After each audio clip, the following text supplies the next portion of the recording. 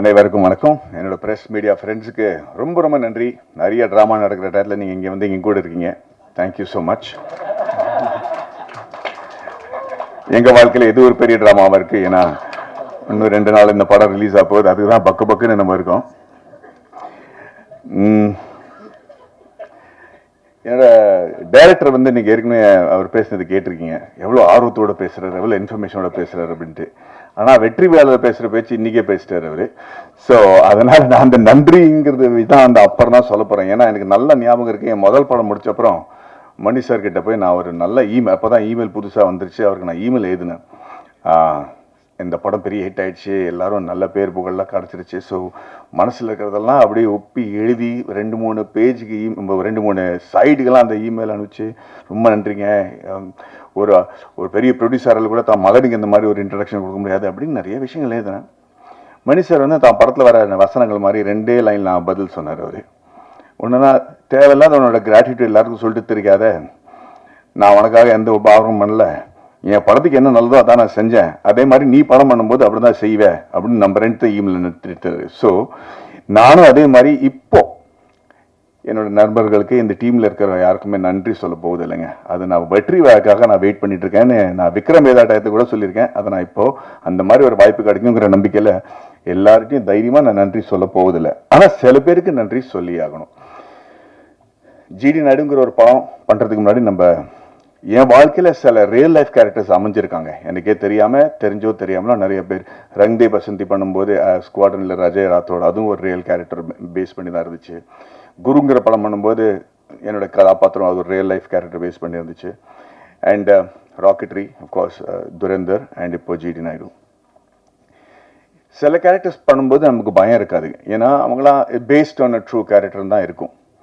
So அதோட படம் ஜெயிச்சிச்சுன்னா நல்லது, ஜெயிக்கலன்னா படத்தை பற்றி தான் எல்லாரும் பேசுவாங்க. ஆனால் ராக்கெட்ரிங்கிற ஒரு படம் பண்ணும்போது ஒரு உண்மையான உயிரோடு இருக்கிற ஒரு மனுஷனோட வாழ்க்கையை பற்றி நம்ம பேசிகிட்டு இருக்கோம். படத்தை நம்ம சரியாக எடுக்கலன்னு வச்சுக்கலாம், ஏற்கனவே இருக்கிற பிரச்சனைக்கு அது அதிகமான ஒரு பிரச்சனை ஆகிறதுக்கு வாய்ப்பு இருக்குது. அதனால் நான் ஏன் நன்றி சொல்ல விரும்புகிறேன்னா, முதல்ல GD Naidu sir, Rajkumar sir, Gopal sir, அந்த ஃபேமிலிக்கு. ஏன்னா இவங்க வந்து எங்களுக்கு வெறும் ஒரு படம் பண்ணுறதுக்கு வாய்ப்பு கொடுக்கல, ஜிடி நாயுடுன்னு ஒரு கதாபாத்திரத்தை பற்றி உலகத்துக்கு சொல்கிறதுக்கு ஒரு வாய்ப்பு கொடுத்துருக்காங்க. அது நம்ம கரெக்டாக பொறுப்போடு எடுத்துகிட்டு போய் சொன்னாதான் அவரை பற்றியான நல்ல விஷயங்கள் மக்களுக்கு தெரியும். அந்த படத்தை நம்ம சொதப்பிட்டோன்னா அது வந்து பாதிக்கக்கூடிய லெவலில் இருக்கும். அதை நான் இப்போவே சொல்லிடுறேன். அதனால் அந்த பயத்துலையும் அந்த மரியாதையோடையும் தான் எல்லாருமே இந்த படத்தில் வேலை செஞ்சுருக்காங்க. ஏன்னா we cannot afford to be wrong or inaccurate about such an impossibly unbelievable character like G.D. Naidu. So we took that very seriously. Sir, thank you very much for trusting us with the reputation of this man, and I hope that we do justice by him. இரண்டாவது வந்து நான் ஏன் நன்றி இதில் சொல்கிறேன்னா, இந்த விழாவில் மக்கள் வந்து இந்த படத்தை ஏன் பார்க்கணும் அதை பற்றி தான் நான் இப்போ பேச விரும்புகிறேனே தவிர நன்றி அப்புறம் நான் சொல்லிக்கிறேன். பட் ஏன் இப்போ இந்த நன்றி சொல்லணும்னா, இதுலேயும் ஏன் மக்கள் வந்து படத்தை பார்க்கணுங்கிறது இருக்குது. அது அடுத்தது வந்து அரவிந்த் சார் நானும் எப்போ பார்த்தாலும் அப்படியே உட்காந்துருப்பார், தூங்கிட்டு இருக்கிற மாதிரி இருப்பார், அண்ணா எல்லாத்தையும் கேட்டுட்டு இருப்பார். அவர் நானும் அவரும் கிட்டத்தட்ட 23 வருஷமாக ஒரு ஃப்ரெண்ட்ஸாக நான் இருந்திருக்கோம். என்ஜினியரிங் மேலே எனக்கு எவ்வளோ ஆர்வம் இருக்கோ அதுக்கு 10 மடங்கு மேலே அவருக்கு நாலேஜும் இருக்குது, ஆர்வமும் இருக்குது. நான் என்ஜினியர் கிடையாது, நான் என்ஜினியரிங் படிக்கல, ஆனால் இன்ஜினியரிங்கோட மிகப்பெரிய ஃபேன். அதனால் எனக்கு என்னோட எக்ஸைட்மெண்ட்டுக்கு வந்து ஒரு துணையாக இருந்தது வந்து அரவிந்த் சார் தான். பிகினிங்லேயே வந்து ஹெலிகாப்டர் எப்படி பண்ணணும், அது எப்படி பறக்க வைக்கணும், ஆர்சி ஹெலிகாப்டர், உண்மையான ஹெலிகாப்டரில் ஆர்சி ஹெலிகாப்டர், பிளேன்ஸ் அதெல்லாம் பறக்க வைப்போம். அதுலேயே கீழே வந்து என்னோடய ஃபோனை ஒட்டி அதை எப்படி ட்ரோனை ஆக்குவோம், மேலேருந்து எப்படி ஃபோட்டோ எடுக்க முடியும் அப்படின்னு நிறையா எக்ஸ்பெரிமெண்ட்ஸ்லாம் நம்ம பண்ணியிருக்கோம். ஆனால் அவர் ஒரு சினிமாட்டோகிராஃபர், ஒரு டிஓபி, நிறையா படங்கள் பண்ணியிருக்காரு. இவ்வளோ நல்ல ஃப்ரெண்டாக இருந்தால் கூட நானும் அவரும் சேர்ந்து வேலை செய்கிறதுக்கு வாய்ப்பு கிடைக்கல. அவர் என்கிட்ட சைடாக சொல்லுவார், நம்ம 2 பேரும் எனக்கு ஒரு படமும் கிடைக்கல உங்க கூட மேடி அப்படின்னு அவர். எனக்கும் அது புரியல, ஏதோ ஒரு காரணத்துக்கு அது அமையாமையே இருக்கும். ராக்கெட்ரிங்கிற படத்தில் கூட அப்போ அங்கே நான் பாம்பே போய் செட்டில் ஆகிட்டேன். ரொம்ப நாளுக்கு அப்புறம் தான் தொடர்பே நமக்கு ஸ்டார்ட் ஆகுது. ஆனால் அப்போ கூட நம்ம நடுநடுவில் பேசுவோம். தவிர நிறைய நாளாக ஒரு கிட்டத்தட்ட 6-8 மாதமாக பேசலை நம்ம. என்னால் பிஸியாக இருந்துட்டேன். திடீர்னு ஃபோன் பண்ணி அவருக்கு நான் ஃபோன் பண்ணுறேன், அரவிந்த் சார் எனக்கு ப்ராஜெக்ட் கிடச்சிருச்சு, நீங்கள் வரீங்களா அப்படின்னு கேட்டிருக்கேன். என்ன ப்ராஜெக்ட் மாதிரி ராக்கெட்னு ஒரு ப்ராஜெக்ட். ஓ வெரி குட். நான் என்ன பண்ணுவோம், நீங்கள் வாங்க என் கூட துணையா இருங்க, இந்த படத்தை நம்ம பண்ணுவோம், உங்களுக்கு இன்ஜினியரிங் பற்றி நிறைய தெரியும், வரீங்களா அப்படின்னு கேட்டேன். வரேனே அப்படின்னாரு. எப்போ வரணும் அப்படின்னு கேட்டார். ஒரு 3 மணி நேரத்தில் ஃப்ளைட் இருக்குது, பாம்பேக்கு வந்துடுறீங்களான்னு கேட்டேன். நம்ப மாட்டீங்க, குடும்பத்தோடு வந்துட்டாங்க சார். அவங்களும் அவங்க ஒய்ஃப், எனக்கு ரொம்ப பிடிச்ச ஒரு லேடி வைஷ்ணவி மேம், 2 பேரும் சேர்ந்து அன்னைக்கு வந்தவங்க ராக்கெட்ரி முடிஞ்சு ரிலீஸ் வரைக்கும் என் கூடிய இருந்திருக்காங்க. ஏன் சொல்ல வரேன்னா, இவர் இந்த சப்ஜெக்ட் என்கிட்ட கொண்டு வரும்போது எனக்கு இதுல ஒரு பயங்கரமான தத்துவம் இருக்கும் அப்படின்னு புரிஞ்சிருச்சு. ஏன்னா லேஸ்ல கொண்டு வர மாட்டார். அப்படி கொண்டு இந்த இன்ஜினியரிங்கோட ஆள். எனக்கு ஜிடி நாயுடு பத்தி தெரியாதுங்க. எனக்கு தெரிஞ்சதெல்லாம் கவுண்டமணி சார் ஒருத்தரை பெரிய ஜிடி நாயுடு திட்டுறது தான் தெரியுமே தவிர அவர் என்ன பெரிய சயின்டிஸ்டா அப்படின்னு கேள்விப்பட்டிருக்கேன். அதுக்கு மேல எனக்கு அவரை பத்தி தெரியாது. அதுவே ஒரு பயங்கர குற்றுணர்ச்சியோட தான் நான் இப்ப ஃபீல் பண்றேன். ஏன்னா அரவிந்த் சார் இந்த ஆளை பத்தி சொல்லும்போது எனக்கு ரொம்ப நான் ரொம்ப பிரமிச்சு போயிட்டேன். சரி, இவரை பத்தி ஏன் மக்களுக்கு தெரியல அப்படிங்கிறது. இந்த படத்தோட நோக்கமே ஜிடி நாயுடுன்னு ஒரு ஆளை பத்தி நம்ம தமிழ் சிலபஸ்ல ஒரு சாப்டர் இருக்கணுங்கிற போராட்டம் தான் நம்ம அதித்தி பாலனோட போராட்டம். அந்த படத்துல சாப்டர் இல்லைன்னு நான் கேள்விப்பட்டேன். அது எனக்கு ரொம்ப தப்பா தோணுச்சுங்க. அண்ட் அதுக்கப்புறம் இந்த கதை எப்படி நடந்துச்சு, யார் என்ன பண்ணாங்கன்னு ஏற்கனவே எல்லாரும் பேசியிருக்கிறாங்க. பட் அதுக்கு என்ன the root cause of me getting involved with this project எப்படின்னா, எனக்கு ஒரு பாம்பு புல் மாதிரி பிடிச்சா விட்டு மாட்டேன். ஸோ இது வச்சா கொடுமை சர்ச்சா மாட்டேன் லெவலுக்கு போயிடுவேன். அதுதான் இந்த படத்தில் எனக்கு நடந்துச்சு. ஏன்னா அந்த கதை கேட்ட உடனே ரியலைஸ், இந்த ஆளை பற்றி ஏன் மக்களுக்கு தெரியல, ஏன் நம்ம இந்த மாதிரி ஒரு மிகப்பெரிய மேதையை நம்ம பொத்தி வச்சிருக்கோம், யாருக்குமே ஒன்றும் தெரியாது. சத்யராஜ் சார் சொன்ன மாதிரி வெளிநாட்டில் போய் ஒரு சின்ன பாறாங்கல்லுக்கு ஏதாவது ஒரு டிஸ்கிரிப்ஷன் கொடுத்து அதை ஒரு டூரிஸ்ட் அட்ராக்ஷன் ஆக்கி வச்சு கொண்டாடிடுவாங்க ஒரு கிராமத்தில். நம்ம போயிருக்கோம் நிறைய வாட்டி, பார்த்து என்னடா இல்லை இந்த மாதிரி நம்ம நாட்டில் மூளைக்கு மூலம் இருக்கு, இது இப்படி பெரிய டூரிஸ்ட் அட்ராக்ஷனாக பண்ணி வச்சிருக்காங்களே நம்ம நிறைய வாட்டி யோசிப்போம். ஆனால் இந்த மாதிரி ஆளுங்க நம்ம கிட்ட இருக்காங்க, அவங்கள பற்றி தெரியாமல் இருக்கிறது ரொம்ப பெரிய விஷயம். ஸோ அவரை பற்றி ஏன் தெரியணும்? ஏன்னா இன்னைக்கு நடக்கிற பல விஷயங்கள் அவர் அன்னைக்கே பண்ணிட்டாரு. ஊபருங்கிற விஷயம் இப்பதான் நமக்கு தெரியும். அது அவரு அன்னைக்கு கிட்டத்தட்ட 80 வருஷம் முன்னாடியே பண்ணிட்டாரு. அந்த மாதிரி பல விஷயங்கள் இந்த படத்துல நீங்க பார்க்க போறீங்க. இதை பத்தி இப்ப நீங்க அப்படி திரும்பி பின்னோக்கி பார்க்கும்போது, இவரை பார்த்து தான் இவங்க கத்துக்கிட்டாங்களா, பில்கேட்ஸ் இவரை பார்த்து தான் கத்துக்கிட்டாரா அப்படிங்கிற ஒரு ஃபீலிங்கே நமக்கு வரும். ஏன்னா அவர் பில்கேட்ஸ் செஞ்ச பல விஷயங்கள் இவர் செஞ்சிருக்காரு. ரெண்டாவது, நானும் கிருஷ்ணகுமார் என்ன முடிவு பண்ணோம்னா, கதையில இது வரைக்கும் அவர் பத்தி ஏற்கனவே தெரிஞ்ச விஷயங்கள்லாம் நம்ம சொல்ல போறது இல்லை. ஏன்னா அவர் பத்தி தெரிஞ்ச இவர் இன்வென்டரா இருக்காரு, இவ்வளவு விஷயங்கள் இன்வென்ட் பண்ணாரு, அதெல்லாம் பெரிய படத்துல ஒரு 10% தான். ஆனா இவர் என்ன மாற்றங்கள் கொண்டு முயற்சி செஞ்சாரு, அந்த மாற்றங்கள் இஸ் இன்கிரெடிபிளுங்க. ஃபீமேல் எஜுகேஷனாக இருக்கட்டும், எஜுகேஷனல் ரிஃபார்ம்ஸாக இருக்கட்டும், அக்ரிகல்ச்சராக இருக்கட்டும், பாலிடெக்னிக்ங்கிற ஒரு வார்த்தை என்னன்னு இவரால தான் நமக்கு தெரியுது. பாலிட்டிக்கை இன்வென்ட் பண்றதே இவர் தான் ஒரு சுச்சுவேஷன். அப்படி am I right? This is actually. So அந்த மாதிரி இருக்கும்போது ஏன் இவரோட கதையை பொத்தி வச்சிருக்காங்கிறத எனக்கு புரியல. அண்ட் தென் முழு கதை கேட்கும் போது நான் மிரண்டுட்டேன். இன்னைக்கு இருக்கிற ஸ்டார்ட் அப்ஸ், இப்போ நிறைய பேர் நம்ம நாட்டில் சின்ன சின்ன லேடிஸ் எல்லாம் ஊர்காய் விற்று அப்பளம் பண்ணி விற்று பல லட்சம் ரூபா மாசத்துக்கு சம்பாதிக்கிறாங்க. Because they started their own enterprise. அது ஸ்டார்ட் பண்ணி ஒரு ப்ராடக்ட் இருக்கிறது மட்டும் இல்லை, அதை எப்படி பாதுகாப்பாக வச்சுக்கிறது, அதோட கம்ப்ளைன்ஸ் என்ன, how do you start the company, how do you do the taxation, how do you do the compliance, quality control, இதெல்லாம் பண்ணி how do you start a bank account, how do you get this money in your account, how do you sell it online, இதெல்லாம் படிக்காதவங்க பண்ணிட்டு இருக்காங்க. And சத்தியமா சொல்றேன், their earning in lakhs of rupees. But அவங்களோட அந்த ஊர்காய் செய்யற திறமைக்கு தவிர இந்த ஆண்டர்பிரினர்ஷிப் எப்படி பாதுகாப்பா வச்சுக்கணும், எது இந்த கம்பெனி நம்ம கிட்ட இருந்து யாரும் எடுத்துட்டு போக கூடாது, இந்த மாதிரி பல விஷயங்கள் இருக்கு இல்லையா, அதெல்லாம் அவர் அப்பவே செஞ்சு வச்சிருக்காரு. அண்ட் இன்னைக்கு ஜிடி நாயுடு நம்ம அன்னைக்கே கொண்டாட்டு இருந்தோம்னு வச்சுங்களேன். அன்னைக்கு முதல்ல வெள்ளைக்காரங்க அவங்கள ஸ்டாப் பண்ணாங்க, அவருக்கு கிடைக்கக்கூடிய மரியாதை கொடுக்கல, அவங்களுக்கு கிடைக்கக்கூடிய அவர் சக்சஸ்ஃபுல் ஆகுறதுக்காக நடுவில் நின்னாங்க. ஆனா இந்த படத்தோட டேக்லைனே feared by the British and forgotten by his countrymen. ஏன் ஃபியர் பண்ணாங்கிறது கூட நீங்க பார்க்கணும். ஏன்னா என்னைக்கும் அவரு பிரிட்டிஷ்காரன் முன்னாடி தலை குனியவே இல்லை. பிரிட்டிஷ்காரங்க ஜிடி நாயுடு பொறுத்த வரைக்கும் ஜெயிக்கவே முடியலைங்க. கடைசி வரைக்கும் அவங்க நாட்டை விட்டு ஓட்டுற வரைக்கும் அவர் அவங்களால ஜிடி நாயுடுக்கு ஒண்ணுமே செய்ய முடியல. ஆனா அதுக்கப்புறம் வந்த பிரச்சனை தான் இன்னும் வருத்தமாக இருந்துச்சு. நம்ம ஆளுங்களே போட்டு அவரை ஸ்டாப் பண்ணிட்டாங்க. ஏன்னா அவர் இன்னைக்கு நம்ம ஸ்டாப் பண்ணலன்னு வச்சுக்கலாம், Coimbatore would be one of the biggest industrial hubs in the world. அந்த காலத்திலேயே ஒரு மிகப்பெரிய கம்பெனி கோயம்புத்தூருக்கு வந்து இன்னைக்கு கோயம்புத்தூரோட கதையே வேறையா இருந்திருக்கும், இந்தியாவோட கதையே வேறையா இருந்திருக்கும். அந்த காரணத்துக்காக தான் இந்த படம் பார்க்கறது இம்பார்ட்டன்ட்டுங்க. ஸோ ஐ எம் செகண்ட்லி ஒரு ரெண்டாவது நன்றி நான் சத்யராஜ் சார், ஜெயராமன் சார் ரெண்டு பேருக்கும் சொல்லணும். பிகாஸ் அவங்க ரெண்டு பேரும் மேதைங்க.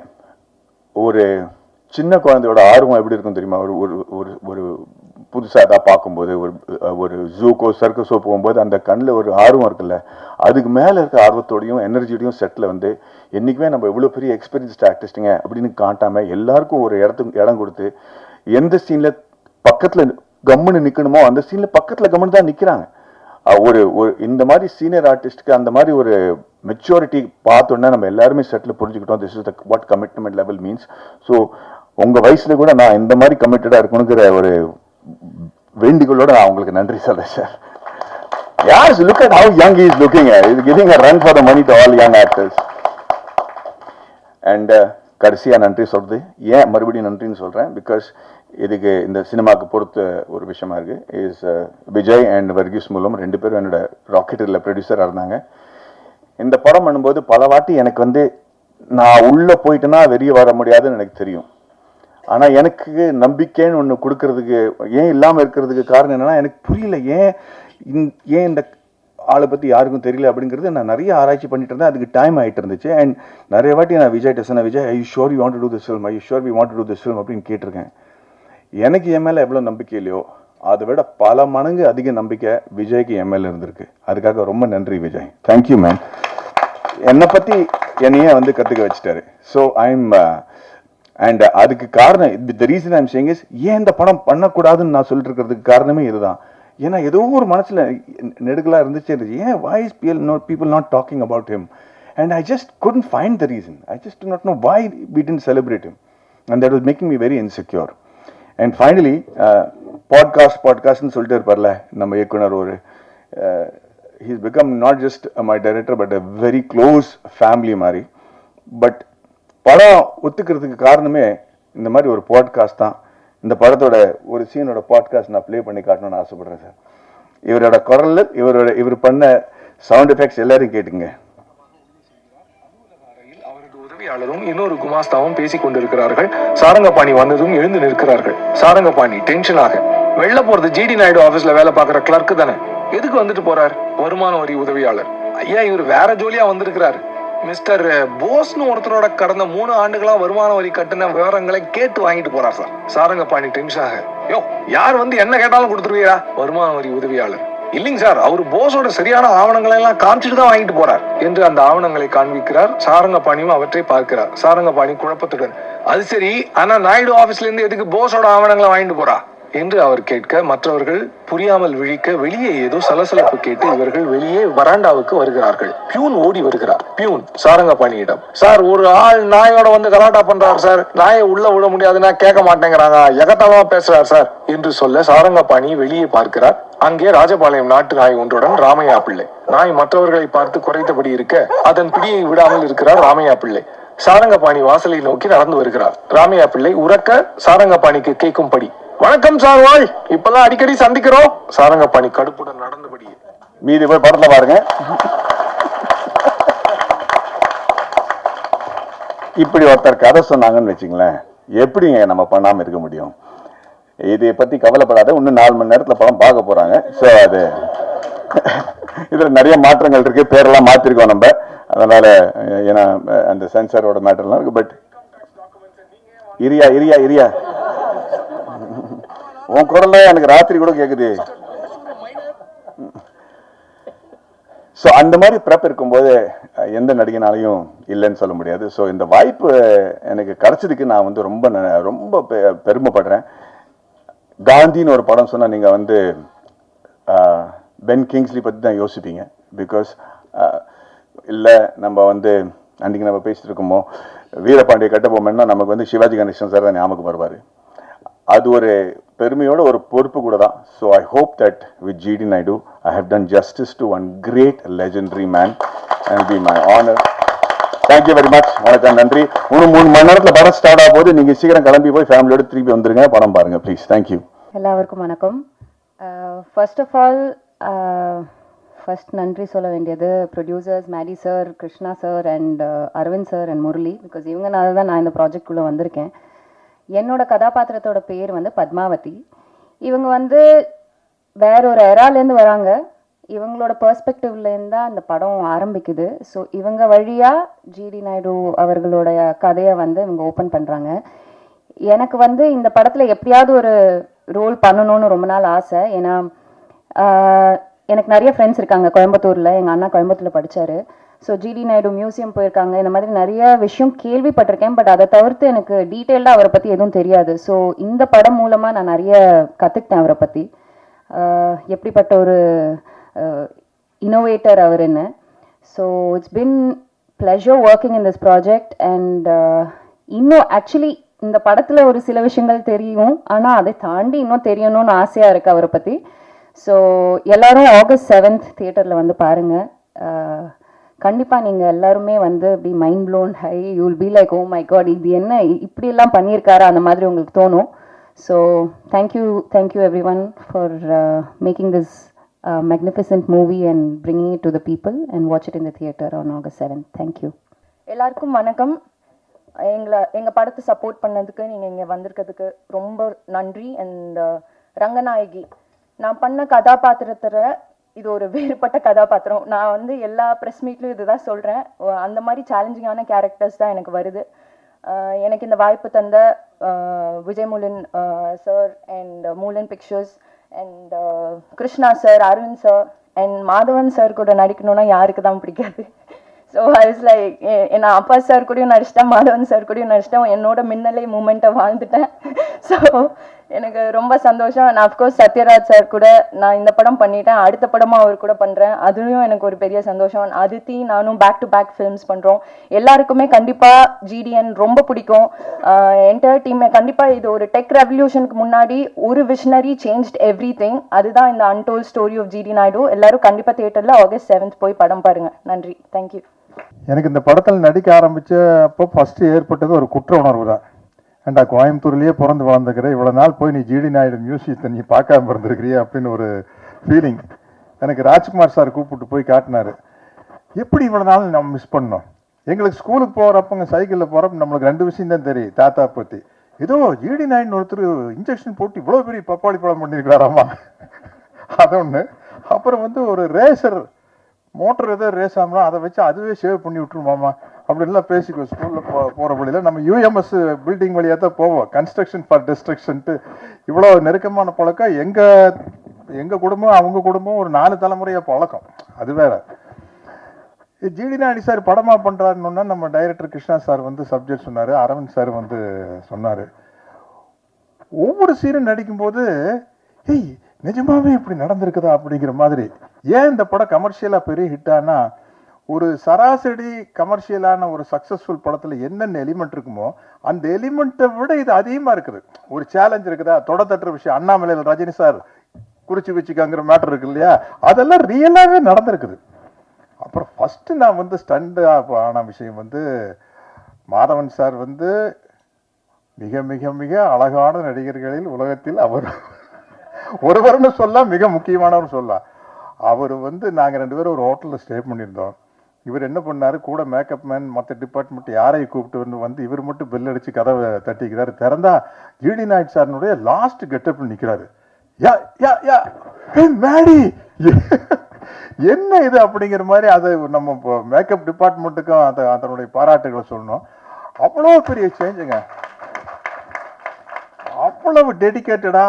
அப்புறம் அடுத்த நாள் ஷூட்டிங் போகையில் நம்மளுக்கு வந்து உள்ளுக்குள்ள ஒரு சேலஞ்சு. ஏன்னா நம்ம கோயம்புத்தூர்காரன், நம்ம கோயம்புத்தூர் ஸ்லாங் நம்மளால என்ன பண்ணுறாருன்னு பார்த்துடலாம், மேடி எப்படி பேசுகிறான்னு பார்த்துலான்னா கரெக்டாக ஏனுங்க நாங்கள் சொல்கிறோமுங்க அப்படி இதெல்லாம் நீ கேட்காமையே நின்றுட்டு இருக்கு. ஐயோ இது என்ன இந்த ஆள் விட்டால் நம்மளை விட கோயம்புத்தூர் ஸ்லாங் நல்லா பேசிட்டு வர போகிறதுக்கு அப்படிங்கிற மாதிரி ஒரு எக்ஸ்பீரியன்ஸு.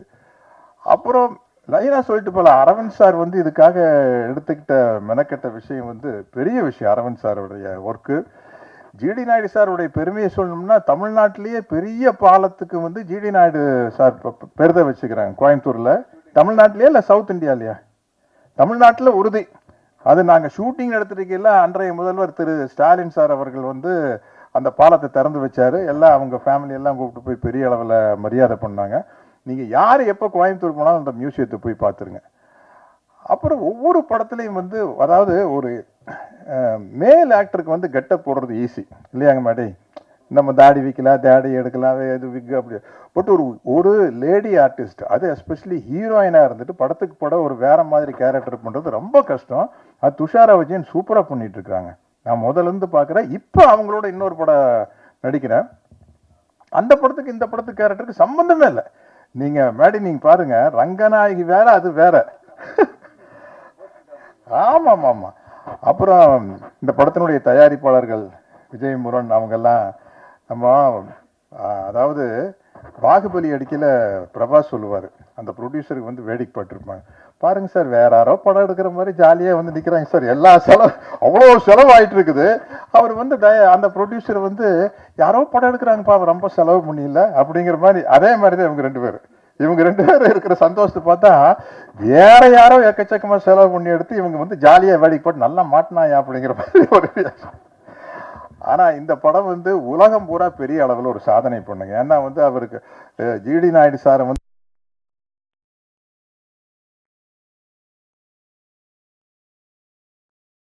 இந்தியான்னு போட்டிருக்காங்க. நம்ம எப்பவுமே வெளிநாட்டுக்காரங்களை அதிகமாக புகழ்வோம். அஃப்கோர்ஸ் சினிமாங்கிறது எடிசன் கண்டுபிடிச்சது தான். நான் வந்து சிகாகோவிலேருந்து நயாகரா ஃபால்ஸுக்கு போகிற வழியில் ஒரு லெஃப்ட் சைடில் ஒரு சின்ன கிராமம், அதுதான் வந்து எடிசன் பிறந்த கிராமம். போர்டு வச்சுருந்தது.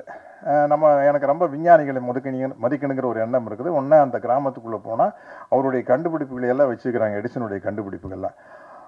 அதை பார்த்துட்டு நம்ம ஜிடி நாயுடு சார் மியூசியத்தை வந்து ராஜ்குமார் சார் கூப்பிட்டு போய் காட்டினாரு. இது வந்து அதை தாண்டின விஷயம். உண்மையில சொல்கிறேன், நம்ம எல்லாருக்கும் ஆளரை தூக்கி விட்டுக்கலாம். அதை தாண்டின விஷயம். அதை வந்து நம்ம மேடி அவர் எடுத்து நடித்த விதம் என்ன, நிறைய ஸ்டேஜஸ் இருக்குது. ஒரு கிட்டத்தட்ட 25 வயசில் ஆரம்பிச்சிருமா கதை, ஆரம்பித்து அவருடைய டெத்து வரைக்கும் போகுது. எல்லாமே வந்து வித்தியாசமான கேரக்டர்ஸு. இந்த மாதிரி ஒரு பயோபிக்கை வந்து கிருஷ்ணா மாதிரி டைரக்டர்னால தான் அதை டிசைன் பண்ண முடியும். ரொம்ப ரொம்ப கஷ்டமான விஷயங்க. அதை சொல்லி அந்த குடும்பத்தில் அப்ரூவல் வாங்கி. எனக்கு இதில் வந்து ராமையா பிள்ளைன்னு ஒரு கேரக்டர். நான் கேரவானில் உட்காந்துருக்கிறேன். எங்கிட்ட அஸ்டின் வந்து சொன்னார், சார் ராமையா பிள்ளை ஃபேமிலி உங்களை பார்க்க வந்துருக்குறாங்க, அவர் பேரன் வந்திருக்காருன்னு. நான் பேரன்னா நானா நினச்சிட்டு ஒரு 10 வயசு போய் ஆஃப் பேண்ட் போட்டுட்டு இருப்பார் அப்படின்னு. வெளியில் வந்து பார்த்தா அவர் கிட்டத்தட்ட என் வயசாச்சு, 65 வயசு 70 வயசு இருக்கும். அவர் வந்து சார் நான் தான் ராமையா பிள்ளையுடைய பேர அப்படின்னா, அதுதான் என்னுடைய அந்த கேரக்டர் ராமையா பிள்ளைன்னு. அப்புறம் அவர் சொல்கிறாரு, சார் ராமையா பிள்ளை வந்து உங்கள் பெரியப்பா கிட்ட கணக்கு பிள்ளையா இருந்தார் சார், அவர் தான் சார் ஜிடி நாயுடு சார் கிட்ட சேர்த்து விட்டார் எங்கள் தாத்தாவை அப்படின்னாரு. அவ்வளோ நெருக்கமான சீன்ஸு. இன்டர்வல் பிளேஸ்மெண்ட் சீன் எல்லாம் தெரிச்சிடும். இந்த இடத்துல வந்து என்னுடைய நண்பர் ஜெயராம் இல்லை பின்னி பெடல் எடுத்திருக்காரு. அத்தனை பேரும் வந்து எக்ஸ்ட்ரானரியாக பண்ணியிருக்கேன். அதித்தி காம்பினேஷன் எனக்கு இல்லை, அதனால் கரெக்டாக என்ன சொல்கிறதுன்னு தெரியல. இந்த படம் வந்து கமர்ஷியலாக பயோபிக்லேயே வந்து மிகப்பெரிய வெற்றி அடைய அப்படிங்கிற நம்பிக்கை இருக்குது. இந்த படத்தில் நானும் இருக்கிறேன் அப்படிங்கிறது எனக்கு ரொம்ப மகிழ்ச்சியாகவும் ரொம்ப பெருமையாகவும் இருக்குது. இந்த படம் இவ்வளோ கிராண்டாக வந்ததுக்கு ரொம்ப முக்கியமான காரணம் ராஜ்குமார் சாருடைய, ஜிடி நாயுடு சாருடைய ஃபேமிலி சப்போர்ட் தான். ஏன்னா இப்போ நீங்கள் பார்த்த காருகள்லாம் இருக்குது, இந்த காருங்க இந்த எக்யூப்மெண்ட்டுக்கெல்லாம் நம்ம எங்கே போகிறது? ஆர்ட் டிபார்ட்மெண்ட்டில் சொல்லி செய்கிறதுனா பெரிய விஷயம். அந்த ஒரு ஆஸ்டின் ஒன்று பறந்து போவோமே, நான் இருக்கிறேன் சார், என்ன சார் ஆன்டிக் காருக்கு வந்து விலையே இல்லை, நம்ம சொல்கிறதா விலை. சார் என்ன சார் ஆஸ்திரேலியெல்லாம் பறக்க விட்ருக்கீங்க, இது என்ன சார் சிஜியா ஏஐயா சார் அப்படின்னு. சார் ஒரிஜினலாக விட்டோம் சார் அப்படிங்கிறாரு. அதே மாதிரி ஜெர்மனில் அந்த பெரேடு நடக்குது. அந்த நான் கேட்ட அரவிந்த் சார் கிட்ட, சார் இது என்ன சார் சிஜியா ஏஐயா அப்படின்னா, இல்லை சார் புதுசாக ஒரு டெக்னிக் வந்திருக்குது, ரெண்டையும் சேர்ந்து விட்டு அதுக்கு பேர் ஹைப்ரிட் சார் அப்படின்னாரு. இப்படி பல டெக்னிக் வந்து இந்த படத்தில் புதுசாக எப்படி ஜிடி நாயுடு அவர்கள் வந்து பல புதுமையான விஷயத்தை கொண்டு வந்தாரோ, அது மாதிரி இந்த படம் வந்து பல புதுமையான விஷயங்களை கொண்டு வந்திருக்குது.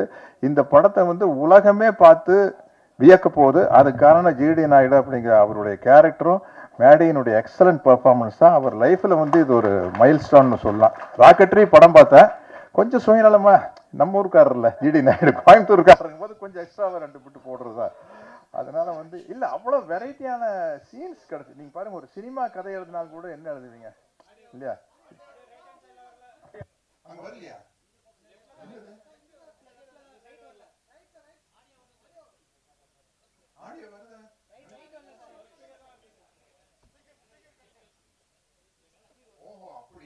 இவ்வளோ பெரிய ஆர்டிஸ்ட் இங்கே இருக்கும்போது ஆக்சுவலி இந்த படத்தில் ஒரு சின்ன ஒரு கேமியோ, எக்ஸ்டெண்டட் கேமியோன்னு சொல்லலாம், பட் ஒரு வெரி இம்பார்ட்டன்ட் கேமியோ. அது விஜய் முலன், ஹூஸ் த ப்ரொடியூசர், அவரோட அப்பாவும் கொஞ்ச நாளாகவே நாங்கள் ஃப்ரெண்ட்ஸாக இருக்கோம். பட் இந்த ஒரு இதில் வந்து இந்த மாதிரி ஒரு கேரக்டர் இருக்குது, அது நீங்கள் பண்ணால் நல்லாயிருக்கும்னு கிருஷ்ணா அண்ட் அவங்க எல்லாம் பேசி டிசைட் பண்ணாங்க. நானும் கொஞ்ச நாள் யோசித்தேன். இந்த மாதிரி ஒரு கேரக்டர் ஆக்சுவலி அந்த கேரக்டரோட இம்பார்ட்டன்ஸ் அவ்வளோ பெருசு. ஸோ அது பண்ணுறதுக்கு ஒரு சர்டன் ஒரு தகுதி வேணும். ஆஸ் அன் ஆக்டர் நான் ஒரு பயங்கரமான ஒரு ஃபிலிம் பஃப். ஸோ இந்த மாதிரி விஷயம் பண்ணும்போது அது பர்ஃபெக்டாக பண்ணலைன்னா சரியாக வராதுன்னு நினச்சி கொஞ்ச நாள் தயங்கினேன். பட் அதுக்கப்புறம் கன்வின்ஸ் பண்ணாங்க, அதுக்கப்புறம் நம்ம பண்ணிட்டோம். And I'm honoured. ஒரு சிங்கராக இல்லை, பட் ஒரு ஆக்டராக ஒரு நல்ல ஒரு இந்த மாதிரி ஒரு இம்பார்ட்டண்ட்டான ஒரு role with all these legends of cinema அவங்க கூட பண்ண முடிஞ்சதுன்னு ஒரு blessing. Thank you so much to Vijay and Mary sir and Sathyaraj sir. The few scenes that we have is very special. So just to be in front of the camera with all of them, அவங்க கூட நடிக்க முடிஞ்சதுன்னு ஒரு ரொம்ப பெருமைப்படுறேன், especially in a film like this. And Rajkumar சாரும் அந்த ஃபேமிலியும் அதை பற்றியெல்லாம் சொல்லணும்னா நிறைய நேரம் பேசலாம். But thank you so much for having us in Coimbatore and taking care of all of us so well. Thank you.